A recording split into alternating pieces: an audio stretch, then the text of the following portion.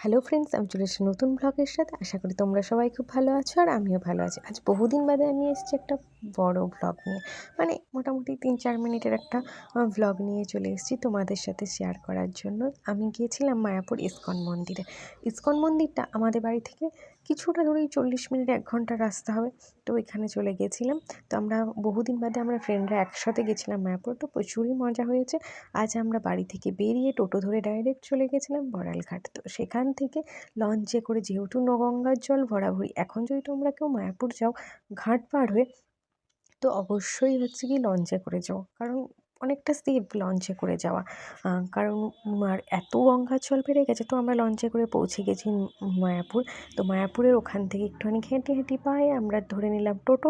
টোটো করে আমরা চলে যাব এবার মায়াপুরের ইস্কন মন্দিরে। তাই আমরা সবাই মজা করতে করতে চলে গেছিলাম ওখানে। তো ওখানে গিয়ে নামতে নামতেই ওখানে একটা দাদু চলে এসেছিলো, তো উনি আমাদের তিলক কেটে দিয়েছিল। তো আমরা ঢোকার সময় তিলক কেটে ভেতরে প্রবেশ করেছিলাম মন্দিরে। তো ওখানে গিয়ে প্রথমে আমরা চলে গেছিলাম নতুন মন্দিরটাতে। তো সেখানে ঘুরে তারপর যে কৃষ্ণ রাধার যে একটা মন্দির আছে, যেটা 12টার সময় বন্ধ হয়ে যায়, তো সেই মন্দিরটায় ঢুকেছিলাম আমরা। সেখানে তো ভেতরে তো কোথাও ফোন অ্যালাউ নেই, তার জন্য আমরা ওখানে ভেতরে ছবি তোমাদের সাথে শেয়ার করতে পারিনি। তো ভেতরটা খুবই সুন্দর। আর ওখানে কৃষ্ণ রাধার না প্রত্যেক দিন আলাদা আলাদা কালারের ড্রেস পরা হয় পুরো। আর আমরা আজকে গেছিলাম, তো এই দিনটাই সবুজ কালারের পরা হয়েছিল। এত ভালো লাগছিল দেখতে ওখানটাতে। কোনো দিন সবুজ, কোনো দিন লাল, কোনো দিন হচ্ছে কি গোলাপি, এরকম বিভিন্ন আকাশি, এরকম বিভিন্ন কালারের ড্রেস এর কৃষ্ণ রাধা এবং পুরো ওই মন্দিরে যত ভগবান আছেন প্রত্যেককে সেদিন সেই কালারেরই সাজানো হয়। আর যেহেতু রথ গেছে, সেহেতু এখানে দেখতেই পাচ্ছ যে রথগুলো দাঁড়িয়ে রয়েছে। 3টে বড় বড় রথ ওখানে দাঁড়িয়ে আছে। তো আমরা ওখানে কিছুক্ষণ দাঁড়িয়ে সবাই মিলে ছবি টবি তুললাম। ছবি টবি তুলে এত রোদ ছিল না, তাও একটু মেঘলা মেঘলা ওয়েদার ছিল বলে একটুখানি বাঁচোয়া। তাই আমরা ওখানটায় মুখ টুক ধুয়ে, খিদেও পেয়েছে, সকাল সকাল বেরিয়েছিলাম হালকা পাতলা খেয়ে, তো খিদে পেয়ে গেছে হাঁটতে হাঁটতে এত বড় এরিয়া। তো আমরা ওখানে গিয়ে একটুখানি পাপড়ি চাট খেয়ে নিলাম।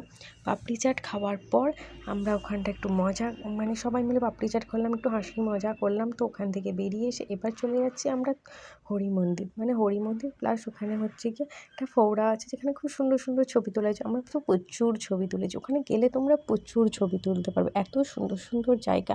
আর এই ফোয়ারাটার এখানে এত বড় বড় মাছ, আমি তো মাছগুলোকেই দেখছিলাম। এগুলো ছোট ছোট, কিন্তু আরেক সাইডে আছে দেখবে বড় বড়, বেশ বড় বড় মাছগুলো। তো ওগুলোকে দেখতেই থাকতাম যে এত বড় বড় মাছ।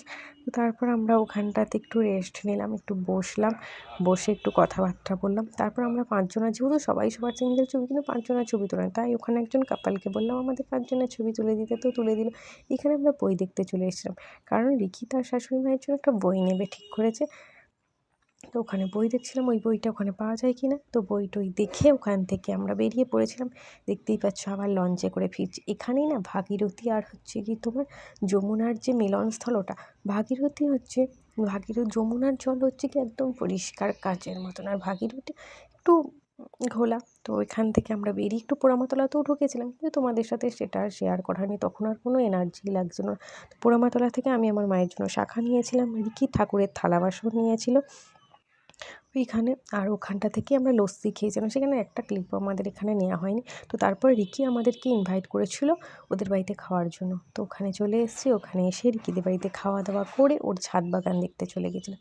রাকেশ দা আর রিকি মিলে এত সুন্দর ছাদ বাগানটা করেছে, বেশ দেখে বেশ ভালো লাগলো। আর ওদিকে মৌসুমি লেবু গাছ দেখছিল শুভম।